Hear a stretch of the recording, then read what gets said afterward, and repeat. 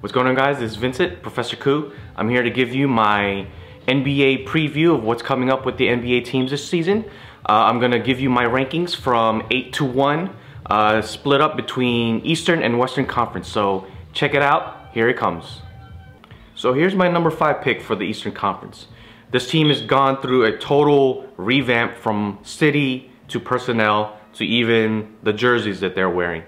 And I see big things coming out of this team, especially with the revitalization of its point guard and the personnel that they added all over this past offseason, and that is the Brooklyn Nets.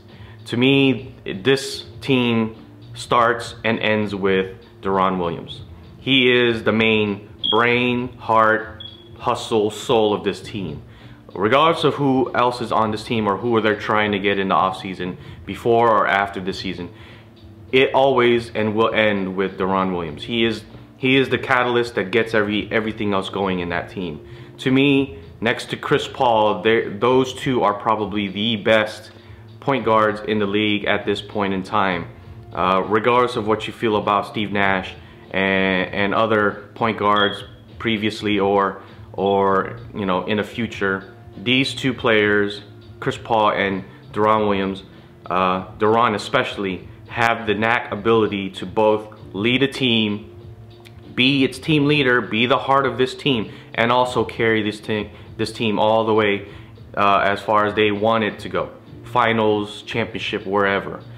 So with him coming off the offseason of just coming into the Nets last year, not really settling in, not sure if he was going to stay or not after the big trade from Utah, and also understanding that he needs complementary players, not just him, to be able to take it to that next level.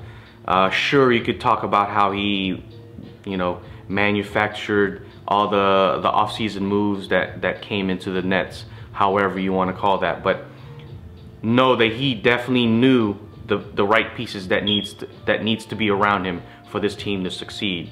Add to the fact that now they are playing in a home that they believe they want to be in. They're in a new city, the mecca of basketball, whatever you want to call it. Now they're just down the block from a nice, you know, inner city rivalry that's going to add a little more emphasis on them being a great team.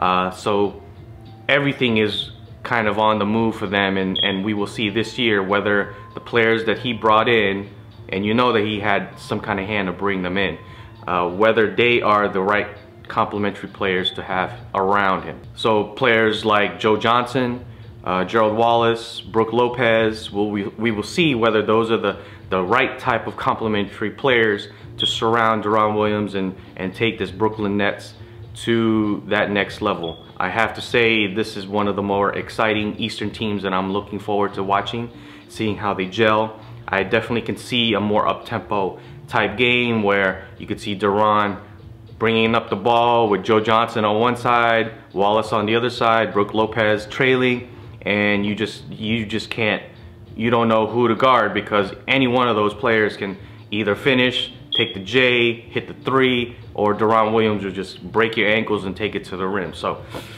this is going to be one of those exciting teams in the East to be watching come up through the years. I know that they definitely have playoff potentials written all over them.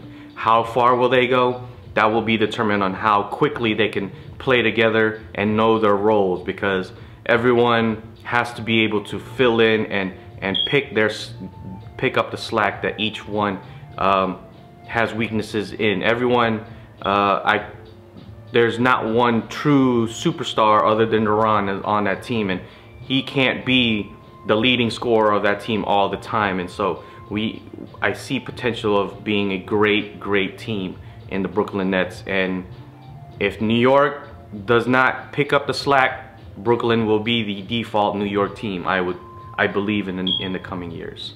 So sorry, Spike, I think Brooklyn's got it down. Jay-Z's got it right.